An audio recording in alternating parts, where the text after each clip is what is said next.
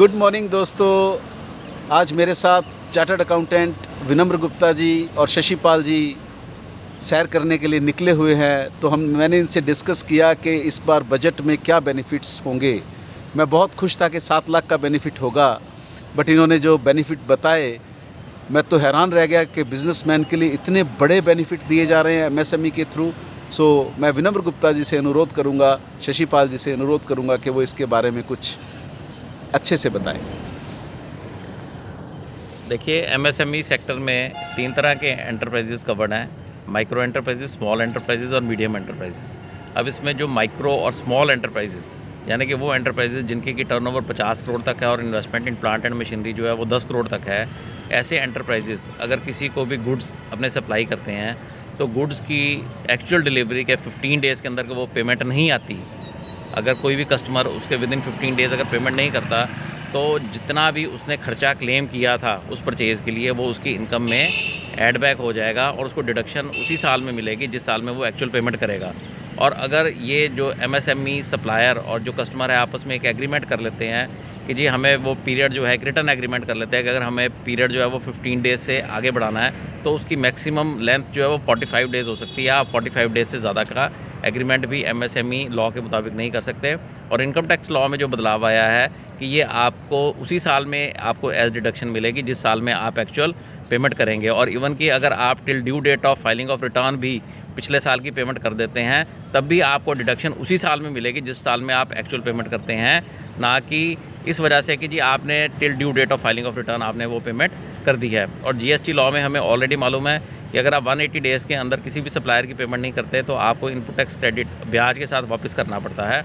इसके अलावा MSME law में ये भी प्रोविज़न है कि जी अगर आप विदिन जो एमएसएमई लॉ का जो सेक्शन 15 है उसके विदिन स्टिपुलेटेड पीरियड अगर आप पेमेंट नहीं करते तो वो आपको उसके लिए ब्याज देना पड़ता है और वो ब्याज भी आपको एज डिडक्शन अलाउ नहीं होता और आपको ऑडिट रिपोर्ट में भी उस ब्याज की रिपोर्टिंग करनी पड़ती है। मैं शशिपाल जी से अनुरोध करूंगा कि इसके बारे में कुछ अपने विचार व्यक्त करें। हाँ जी, जैसे विनम्र सर ने बताया कि जैसे ये प्रावधान सेक्शन 43B के अंडर इनकम टैक्स में डाला गया है और मेरी बिजनेसमैन से करदाताओं से ये हिदायत है कि वो अपने जो 15 मार्च तक के ड्यूज़ हैं वो इनकम जो भी क्रेडिटर्स के देने वाले ड्यूज़ हैं वो उसको क्लियर कर लें ताकि इस 31 मार्च तक 15 दिन के अंदर अंदर सारे ड्यूज़ क्लियर हो चुके हों और इसको इनकम में ऐड बैक करने की ज़रूरत ना पड़े चार्टर्ड अकाउंटेंट को। Thank you. और तो क्या ये जो एमएसएमई नंबर हमको इनवॉइस पे भी डालना ज़रूरी होगा सबको? देखिए, एमएसएमई नंबर इनवॉइस के ऊपर लिखना है क्योंकि जो इनवॉइस की प्रोविजन जो है ना जीएसटी लॉ में रूल 46 है उसके द्वारा गवर्न होती हैं, वहाँ पर एमएसएमई नंबर वहाँ पर डालने की कोई ज़रूरत नहीं है। लेकिन हाँ, ये आपके अपने फ़ायदे में ही है कि आप जो एमएसएमई का जो अपना सर्टिफिकेट जो है वो इंडस्ट्री डिपार्टमेंट से लेकर अपने सप्लायर को आप ऑन रिकॉर्ड मेल के द्वारा या रजिस्टर्ड पोस्ट के द्वारा आप उसको इंटीमेट कर दें ताकि आपकी, क्योंकि जो ऑडिट रिपोर्ट्स हैं या कंपनीज़ की भी जो ऑडिट रिपोर्ट्स हैं वहाँ पर जितने भी एमएसएमई सप्लायर्स की जितनी भी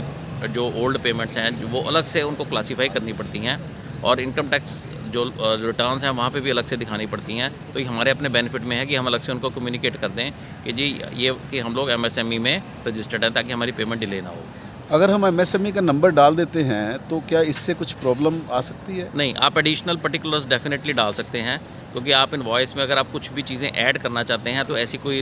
किसी कानून में ऐसी कोई रुकावट नहीं है। आप एमएसएमई का नंबर डेफिनेटली आप इनवॉइस में इंक्लूड कर सकते हैं और उससे एक कम्युनिकेशन रहेगी आपके कस्टमर को कि जी एमएसएमई सप्लायर और उसकी पेमेंट मुझे डिले नहीं करनी। Thank you very much Vinamra ji, thank you very much Shashipal ji for giving this information.